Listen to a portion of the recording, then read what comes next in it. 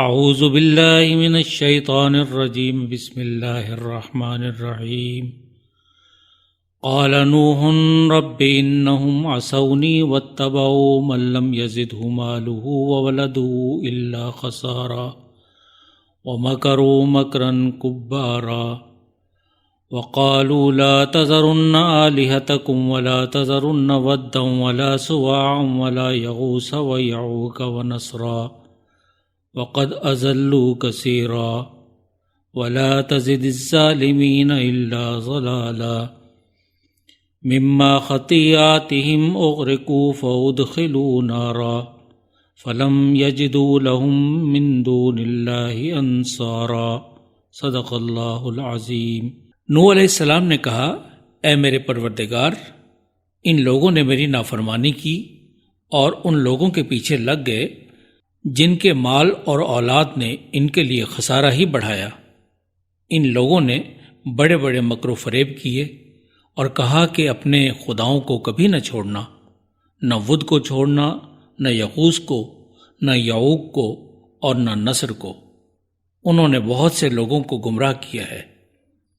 تو اب تو بھی ان ظالموں کی گمراہی میں ہی اضافہ کر دے۔ چنانچہ وہ لوگ اپنے گناہوں کی پاداش میں ہی غرق کر دیے گئے اور جہنم میں داخل کر دیے گئے۔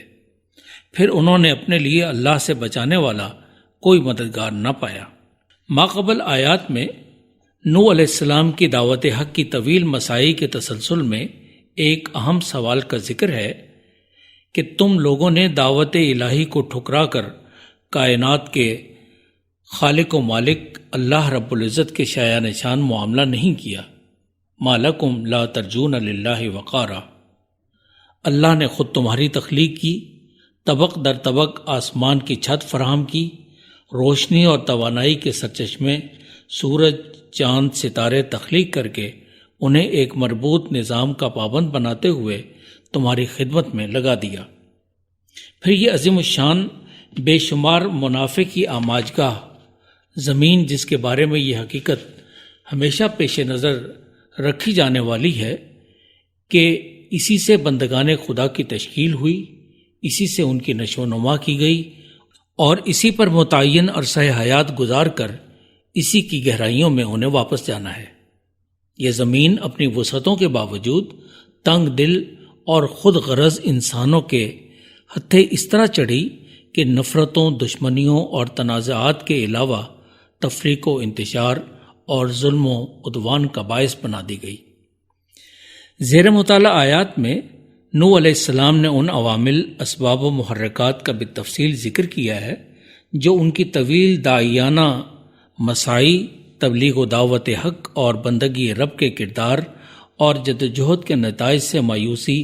اور قوم پر عذاب الہی کا باعث بنے۔ رب انہم عصونی، انہوں نے میری ہر دعوت و دلیل اور حکم پیغمبری کی مخالفت کی۔ یہ لوگ قولاً بھی اس کا انکار کرتے، مخالفت کرتے اور عملاً بھی نوح علیہ السلام کو اپنے راستے سے ہٹانے کی ہر کوشش کرتے۔ یہاں صرف عصیان کا ذکر ہے۔ روایات میں آتا ہے کہ وہ انہیں اتنا مارتے کہ وہ ادموئے ہو جاتے، ان کا گلا گھونٹتے، انہیں مردہ سمجھ کر چھوڑ دیتے۔ انہیں ہوش آتا تو وہ بارگاہ الہی میں اپنی قوم کی مغفرت طلبی کے ساتھ دوبارہ دعوت حق میں مصروف ہو جاتے۔ رب اغفر لقومی انہم لا یعلمون، وہ انہیں اپنے جیسا عام آدمی سمجھتے، پیغمبرانہ منصب اور حیثیت سے بے خبر رہے اور توقع کرتے کہ ایسے کسی رہبر و رہنما کو غیر معمولی قوتوں، صلاحیتوں اور دشمن کو جلا کر بھسم کر دینے جیسی طاقتوں کا مالک ہونا چاہیے۔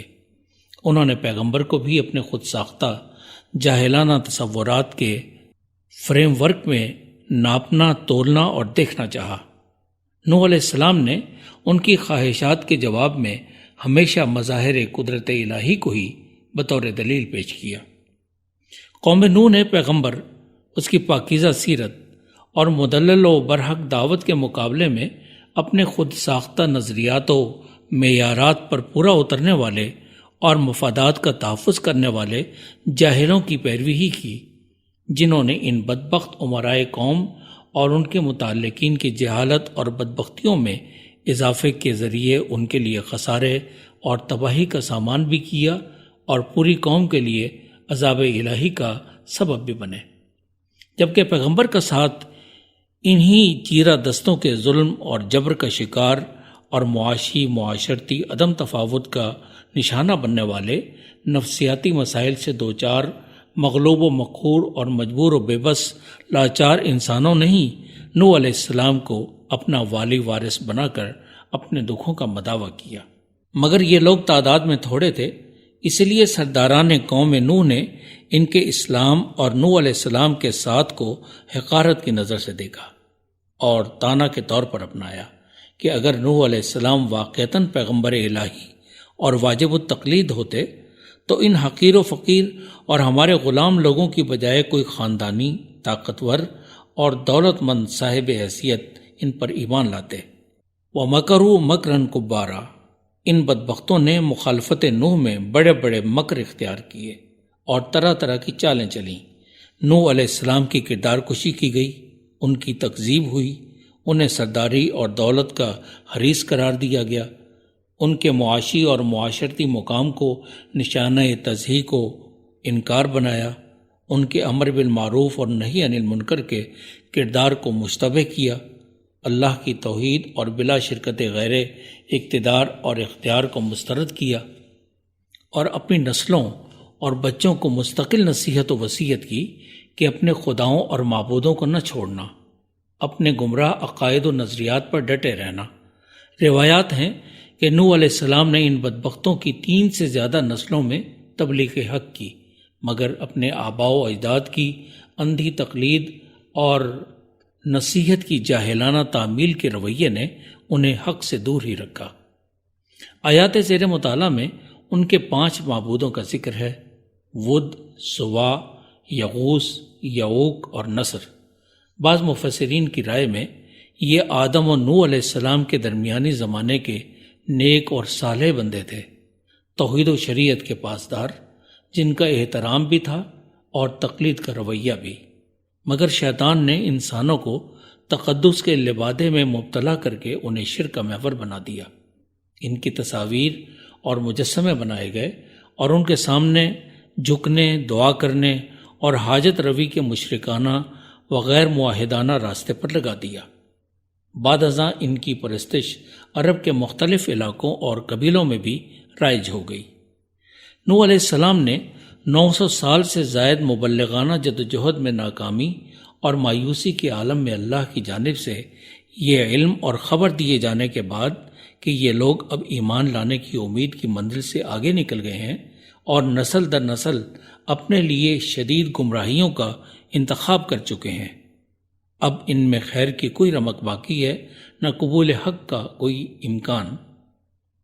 لہذا اب یہ ہرگز ایمان نہیں لائیں گے۔ یہ سب خبریں بتا رہی تھیں کہ اب اس قوم پر بڑے عذاب کے نزول کا فیصلہ ہو چکا ہے۔ حضرت نوح علیہ السلام نے بددعا کی کہ پروردگار اب ان کی گمراہی میں اضافہ ہی فرما، جو انہیں عذاب کی منزل تک پہنچا دے۔ انبیاء کا الہی اشارے پر اپنی قوم کے لیے بددعا کوئی نئی بات نہیں، تاہم سرور عالم رحمت عالم صلی اللہ علیہ وسلم نے طائف جیسے واقع اور شدید اذیتناک لمحوں میں بھی سوائے دکھی دل سے نکلنے والے شکوہ و شکایت کے اپنی امت کے لیے دعائے خیر ہی کی اور ساری زندگی اسی کو ترجیح اول بنائے رکھا۔ آخری زیر مطالعہ آیت میں بتایا گیا کہ اس قوم کے اپنے ہی رویے، برے کردار، ظلم و ستم اور بالخصوص اللہ کے فرستادے کے ساتھ ناقابل برداشت مسلسل رویوں کے باعث انہیں اللہ کے عذاب کا سامنا کرنا پڑا۔ یہ پانی میں من حیث القوم غرق ہوئے، اغرقوا، اور آخرت میں تو فادخلوا نارا، جہنم کی سزا سے بھی چھٹکارا ہرگز نہیں۔ ان کے لیے صدقات و خیرات اور رفاہ عامہ کے کام اور مغفرت کی دعائیں بھی کام نہیں آئیں گی۔ ان کے معاشرتی امتیازات، حیثیتیں اور شان و شوکت، مال و دولت، ساتھی اور مددگار، ہمدم و ہم نوا، کوئی بھی نہ تو اللہ کے دنیاوی عذاب سے یا آخرت کی ابدی سزا سے انہیں محفوظ کر سکے گا، فلم یجدوا لہم من دون اللہ انصارا، اللہ کے سامنے آخر چلنی کس کی ہے؟ This program is the sole property of Central Productions, Pakistan Broadcasting Corporation, Islamabad. Piracy in this regard is illegal.